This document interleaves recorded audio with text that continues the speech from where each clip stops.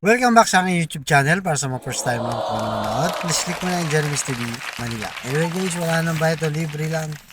Tulong mo na lang din sa kapwa mo. Alright, thank you very much po. So topic natin yung po today's reflection. Matagal mo na bang hinihintay ang himala sa buhay mo? Naiinip ka na ba? O marami kang mga bagay na pinag-iisipan, di ba? Kung bakit hanggang ngayon, hindi mo pa natatanggap. So kung tutuusin guys, lahat tayo ay mahal ng Diyos.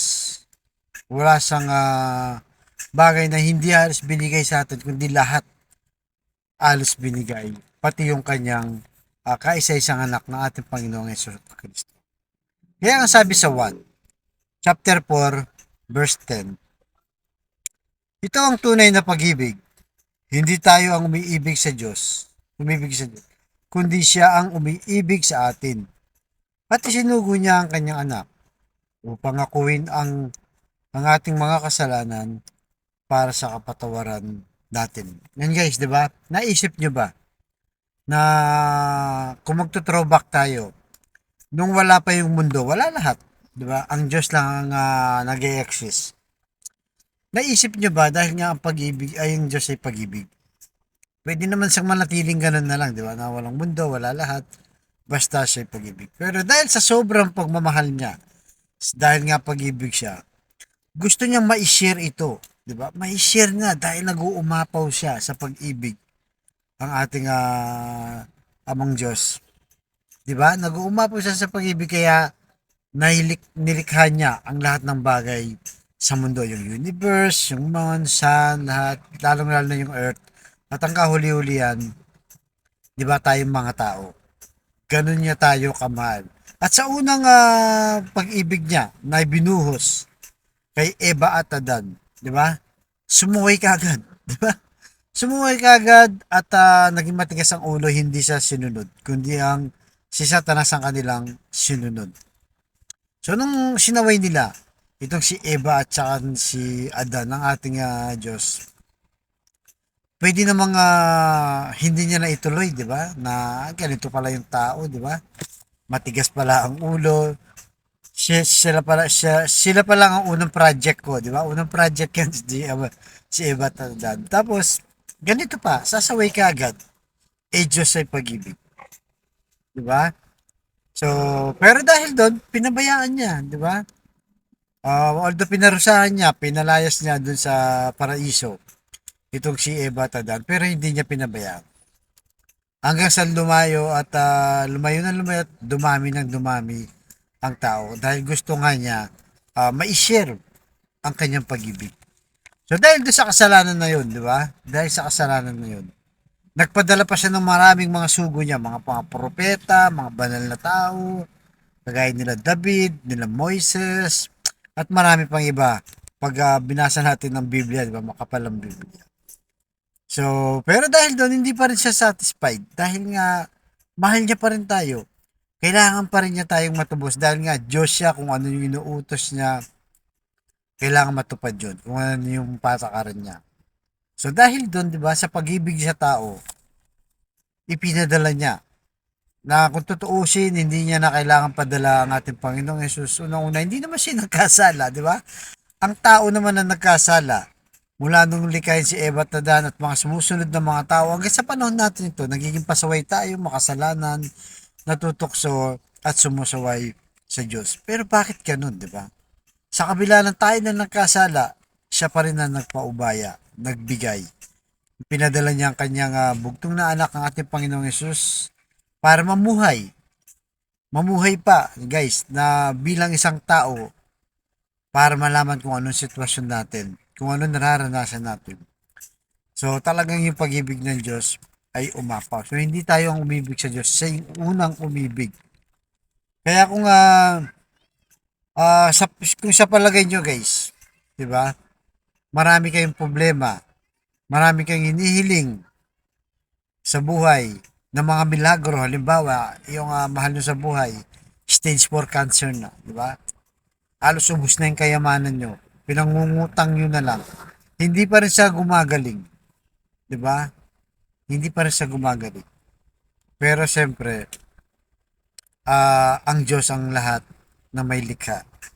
So kung gugustuhin niya, gumaling yan, ibibigay niya dahil mahal na tayo. Depende kung anong purpose o anong sitwasyon. Alam naman natin yan, kahit gusto natin, pag hindi ginusto ng Diyos, ibig sabihin yun ang pinaka-the best sa atin. At alam naman natin dito sa mundo, problema natin guys, di ba? Financial, di ba? Kailangan natin ng pera. Kailangan natin mabuhay araw-araw para may paaral sa mga bata, ipantustos sa mga kapatid, sa mga magulang, pantulong sa kapwa. Alam natin yan na kailangan. Di ba? Ang ating financial. Pero higit pa dyan sa financial. Importante yun guys. Pero higit pa dyan, ang kailangan natin ay makamit, di ba? O malagpasan yung kasalanan at ma-achieve natin yung buhay na walang hanggan. Kasi lahat ng bagay temporal lang, di ba? Kahit yung mga naunang tao na problema sa pera, nagkasakit, pinagaling ng ating Panginoong Yesus, marami, di ba? Pero at the end of the day, nawala pa rin sila, namatay pa rin sila. Pero nasa langit na nga sila. So, yun po ang talagang pinaka kalaban natin ay yung kamatayang walang hanggan. Kailangan natin itong malabanan at mapagtagumpayan at mapunta tayo sa buhay na walang hanggan. Kaya lahat ng panalangin natin, hindi yan ipagkakait ng Diyos. Kung maganda yung hangarin natin at yung purpose niya ay maganda para sa atin. Kaya huwag po tayong magdalawang isip na lumapit sa Diyos. Ano man ang ating kahilingan, lalo na kung mabigat ito sa usapin ng pinansyal, nababankrupt ka na, di ba? Wala ka ng trabaho, wala kang may pakain sa pamilya mo, ipanalangin mo yan. Ilapit mo yan sa Diyos. Alam ng Diyos, binigay na nga Panginoong Yesu Kristo, di ba? Yan pa kayong mga bagay na kailangan mo at alam niyang kailangan natin. Ibibigay niya. Kaya, huwag po tayong panginahan ng loob. Tatagan ng ating kalooban. Manampalataya tayo at magtiwala sa Diyos na lahat ng bagay pwede niyang ibigay dahil yung kaisa-isang anak niya, mahal na anak, pinagkaloob para lang tayo matubos sa kasalanan, yung pa kayang problema mo lang. 'Di ba?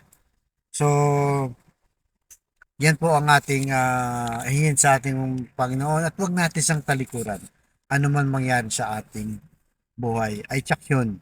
Hindi niya tayo pababayaan. Kaya sa kapatid natin nanonood sa aking vlog na may matinding karamdaman, problema sa pinansyal, sa kalusugan, at sa pamilya. Sabayan mo ko sa napakasimpleng dasal. Kung ikay maniwala at magtiwala, tsak yun ay kanyang ipagkakaloob. So tayo manalangin mo ni Lord. I-bless niyo po ang kapatid naming nanonood sa akin vlog na may matinding karamdaman. Stage 4 cancer na Lord. May taning na po sa buhay at bedridden ng matagal. Ipuin niyo po Lord yung mapagpagaling na kamay. Haplusin niyo po, tanggalin niyo po Lord ang kanyang karamdaman para sa kanyang pamilya. Ibalik niyo po ang kanyang kalakasan. Ganon din po sa pamilyang nasira na, nagkawatak-watak dahil sa hindi pagkakaunawaan. Pagbigkis-bigkisin niyo po muli sila Lord sa kanilang pamilya. At lalong-lalo na Lord, sa mga financial po, kailangan namin lahat. At lalong-lalo na Lord, mga kapatid namin walang-wala. Ultimo, pambili ng 1 kilo ng bigas. Pambili ng ulam para sa mga pamilya at mga anak nila. Pambili ng gamot at kung ano-ano pang gastos ito. I-bless niyo po ang aming hanap buhay para sa aming pamilya. So ang lahat ng ito hiniling namin sa matamis na pangalan natin, Panginoong Jesus. Amen and amen. To God all be the glory. Sa ngalan ng Ama ng Diyos. Espiritu Santo. Thank you very much po.